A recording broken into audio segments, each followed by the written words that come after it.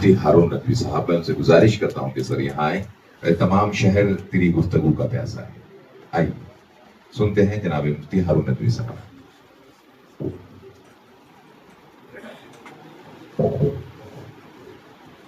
دیکھیے، ایک مفتی ہونے کے ناطے سب سے پہلے فتویٰ یہ دوں گا کہ بد دعا لینا اچھی بات ارے بولو نہیں. اس کے بعد جو بھی بد دعا لے گا وہ اس بات کا دھیان رکھے. تو آپ کے لیے بھی فتویٰ ہے. خیر چلیے آئیے، 2 بج چکے ہیں. دیکھیے یہ مذاق بھی نہیں ہے. شریعت نے قسم اللہ کی، شریعت اللہ جانتا ہے ساری چیزوں. جب اللہ کہتا ہے کہ اگر آپ کو بھوک لگی ہے مت پڑھ نماز، یہ شریعت کا مسئلہ ہے بابا، یہ مذاق نہیں ہے، یہ سیریس ہے بابا، یہ سیریس بات ہے.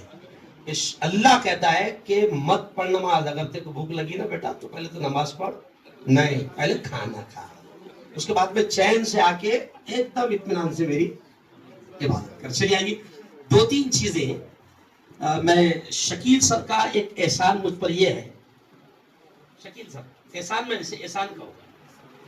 میں پوری دنیا میں جا رہا ہوں، تقریر کر رہا ہوں، اور 25 سال سے جلگاؤں شہر میں ہوں. لیکن ہارون سر، آفاق سر، میں آپ کو بتا دوں کہ مجھے اس وقت ایسا لگا کہ ہاں اب میں مقرر بن گیا ہوں جس دن مجھے دھرنگاؤں بلایا گیا.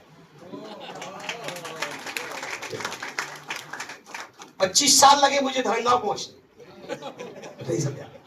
میں امریکہ گیا، لندن گیا، UK گیا، پورا سعودی گیا، گلف کنٹریز گیا. لیکن ایک وقت ایسا آیا کہ مجھے فون آیا، شکیل سر نے کہا کہ مفتی صاحب آپ کو دھرنگاؤں آنا ہے. میں نے کہا کہ واسطے باپ، بولے ہماری اسکول میں سیرت النبی کے تعلق سے ایک پروگرام ہم رکھ رہے ہیں، اور وہاں پر آ کر آپ کو بچوں کو کچھ علمی نصیحتیں بھی کرنا ہے، اور پیارے آقا حضرت محمد مصطفیٰ، زور سے کہہ دو، صلی اللہ علیہ وسلم کی زندگی کو آپ کو سمجھانا ہے. خیر چلیے آئیے، میں یہاں پر صرف 2-3 منٹ لینے کی کوشش کروں گا. دیکھیں قرآن پاک کی آیت ہے، فَمَن يَعْمَلْ مِثْقَالَ ذَرَّةٍ خَيْرًا يَرَهُ. اللہ یہ کہتا ہے، او میرے بندے، دنیا کی زندگی میں ذرہ برابر، رائی کے دانے کے برابر خیر کا کام کیا، بھلائی کا کام کیا، اچھائی کا کام کیا. اللہ کہتا ہے یرہو، ایک دن ایسا آئے گا کہ اس کے اجر کو، اس کے ثواب کو، اس کے انعام کو میں تیری آنکھوں کے سامنے لاؤں گا. اللہ لکھا ہے. ایک ٹیچر زندگی بھر جو بھی کام کرتا ہے وہ اس اعتبار سے خوش نصیب ہے، ٹیچر خوش نصیب ہے کہ پیارے آقا نے فرمایا بعثت معلما، مجھے ٹیچر بنا کر بھیجا گیا، مجھے معلم بنا کر بھیجا گیا. نبی کے الفاظ ہیں. پھر ٹیچر خوش نصیب ہے. ذرائع معاش میں اللہ تعالیٰ اس کو کوئی اور ذریعہ دے سکتا تھا، لیکن وہ خوش نصیب ہے کہ اللہ نے اس کو ذریعے معاش کے لیے، حلال روزی روٹی کے لیے اللہ نے اس کو ٹیچر بنایا. تو اس اعتبار سے اس پر احسان کیا کہ جو نسبت رسول کی ہے وہ نسبت اللہ نے ٹیچر کو عطا کیا ہے.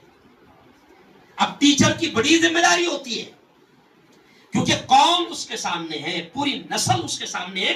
جیسے اعجاز ملک صاحب نے کہا نا کہ نہ جانے ان 30 سالوں میں ایک ٹیچر نے، اعجاز ملک صاحب آپ نے کہا نا کہ اس 30 سال کی لائف میں، 28 سال کی لائف میں 4,500 ہزار بچے ایک ٹیچر کو ملتے ہیں. تو وہ نسل تیار کرتا ہے، قوم تیار کرتا ہے، مستقبل تیار کرتا ہے. اس لیے میں ان تمام لوگوں سے جو اسی شعبے سے تعلق رکھتے ہیں، میں ان سے صرف ایک مفتی ہونے کے ناطے ایک ذمہ دارانہ طور پر ایک نصیحت کروں گا کہ آپ پوری قوم کے معمار ہیں، اور اس قوم کی تعمیر میں اگر رتی برابر بھی ہم جان بوجھ کر، دیکھیں میں لفظ کہہ رہا ہوں جان بوجھ کر، رتی برابر بھی اگر ہم جان بوجھ کر کوئی کام ایسا کر رہے ہیں جس سے قوم کا نقصان ہوگا، تو یاد رکھیں کہ اللہ کے دربار میں پکڑ بڑی سخت ہوگی. کسی نے مجھ سے پہلے کہا کہ احتساب ہوگا، پکڑ ہوگی، سب کی پکڑ ہوگی. تو اس میں بڑی پکڑ ہے سر ایک ٹیچر کی. تو وہ جان بوجھ کر کوئی ایسا کام نہ کرے کہ جس کی وجہ سے قوم کا مستقبل خراب ہو. اور ایک بات ایک ذمہ داری کے ساتھ میں کہہ رہا ہوں، کیونکہ یہاں تقریر کا وقت نہیں ہے، میں ذمہ داری کے ساتھ کہہ رہا ہوں کہ اللہ کے واسطے مسلمان قوم اس بات کو ضرور سمجھے کہ مسلمانوں کو پہلے ہی ادارے ملتے نہیں مل رہے. اور اب تو حالات ایسے آ رہے ہیں سر کہ مسلمانوں تم کو ادارے بھی نہیں ملیں گے. اس لیے میں اللہ کے واسطے ایک ذمہ دار ہونے کے ناطے کہہ رہا ہوں کہ ادارے بڑی محنتوں سے تعمیر ہوتے ہیں، بڑی محنتوں سے ملتے ہیں. کوئی ایسی حرکت آپ کی میری نہ ہو جس کی وجہ سے اداروں کو نقصان نہ ہونے پائے. اس بات کی فکر کرو، کیونکہ آج میری آنکھوں میں بھی، جیسے بچے نے جذبات میں کہا اپنے والد کے لیے، وہ الگ آنسو تھے، لیکن اب میں ایک قوم کا ذمہ دار ہونے کے ناطے بھارت میں گھوم رہا ہوں تو اب میری آنکھوں میں یہ آنسو آ رہے ہیں کہ جہاں جاتا ہوں وہاں جب یہ سنتا ہوں کہ یہاں پر اداروں کو لے کر بڑے جھگڑے ہیں اور قوم کے ذمہ داروں کو لے کر بڑے جھگڑے ہیں، اسکول کو لے کر، کالج کو لے کر بڑے جھگڑے ہیں، اللہ کی قسم آنکھوں میں آنسو آتے ہیں. کیونکہ ادارے بڑی مشکل سے ملتے ہیں. جتنے لوگ ہیں، 2 کمیٹیاں ہو سکتی ہے، 2 گروپ ہو سکتے ہیں. میں بار بار یہ کہتا ہوں کہ دیکھو سب کچھ کرو مگر تمہاری ذات سے ادارے کو نقصان مت پہنچنے دو. میری زندگی کا ایک تجربہ ہے کہ جب میری کچھ لوگوں سے دشمنیاں ہوئی، سیاسی دشمنی ہوئی، تو گروپ بازی ہے ہر شہر میں، میرے شہر میں بھی گروپ بازی. تو کچھ لوگ جو ایک گروپ کے دشمن ہیں انہوں نے دیکھا کہ مفتی ہارون کی ان سے سیاسی دشمنی ہو گئی تو وہ میرے پاس بڑی خوشی میں آئے کہ چلو اچھا ہے، اب مزہ آئے گا، مفتی ہارون جیسا بولنے والا آدمی ملا ہے، اب ہم مل جائیں گے اور مل کر ان کو نقصان پہنچائیں گے.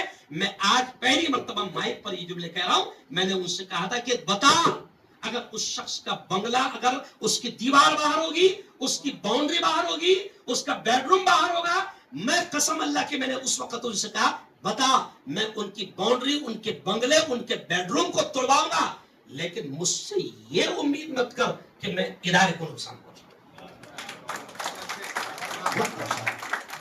اللہ کے واسطے اداروں کو نقصان مت پہنچاؤ.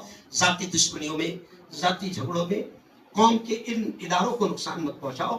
بڑی محنتوں سے ادارے بنتے ہیں. وہ کسی نے کہا تھا نا کہ جیسے بستی بس کا کھیل نہیں ہے، بستے بستے بستی ہے، شاید بشیر بدر صاحب نے. تو ادارے مل جانا اور اداروں کو چلانا کوئی آسان کھیل نہیں ہے. اپنے ذاتی دشمنیوں کی وجہ سے بس اتنا ہی جملہ کہہ کر بات ختم کروں گا کہ اداروں کو نقصان مت پہنچاؤ. اللہ نے اگر ادارے دیا ہے تو بلکہ میں تو یہ کہوں گا کہ نئے اداروں کی کوشش کرو. جو آج مشکل ہے اور اگر ادارے ہیں تو اللہ کے واسطے اپنی ذاتی دشمنیوں میں اس میں کاڑیا مت کرو. بلکہ مفتی ہونے کے ناطے ایک اور فتویٰ سن لو. یاد آ گئی بات؟ سر ہنس رہے، سمجھ گئے میں کیا کہہ رہا ہوں؟ ایک اور فتویٰ سن لو. میرا ایک مشہور فتویٰ ہے کہ دیکھو اچھا کام کوئی کر رہا اس کے ساتھ میں ہو جاؤ. پہلے تو اچھا کام کرو، لیکن اچھا کام آپ کریں گے ایک سوا. بھی مفتی ہونے کے ناطے فتویٰ میرا پورے ہندوستان میں میری ویڈیو وائرل ہوئی تھی 2 سال پہلے، میں نے فتویٰ دیا تھا اچھا کام کرو گے ایک سوا، کام کرنے والے کا ساتھ دو گے ایک سوا، ہے نا. اور اگر کام نہیں کر سکتے، ساتھ نہیں دے سکتے، کاڑیا نہیں کرنے کا ڈبل سوا. کاڑیا نہیں کرنے کا ارے بولو ڈبل سوا. گھر کو خاموش بیٹھنے کا ارے بولو ڈبل ثواب. بہت اچھی محفل شکیل سر کے لیے. میں یقین مانو آج میں بہت سارے کام چھوڑ کے آیا، آدھا پورا چینل کی آج آدھی خبریں چھوڑ کر آیا ہوں کیونکہ شکیل سر سے کہیں نہ کہیں لگاؤ ہے. اور یہ اس وجہ سے آخری بات سر کہ شکیل سر نے کوشش کی، ان کے دماغ میں آیا کہ نہیں میرے بچوں کو نبی کی زندگی معلوم ہونی چاہیے. تو میں یہ جتنے ٹیچرز ہیں ان سے بھی اور کچھ پرنسپل ہو گئے ان سے بھی میں یہ کہوں گا کہ نوکری کی حد تک کے کام نہ کرے، بلکہ یہ سوچے کہ قوم کا مستقبل میرے ہاتھوں میں ہے، مجھے ان کو دینی اعتبار سے بھی سنوارنا ہے، اخلاقی اعتبار سے بھی سنوارنا ہے. وآخر دعوانا ان الحمدللہ رب العالمین.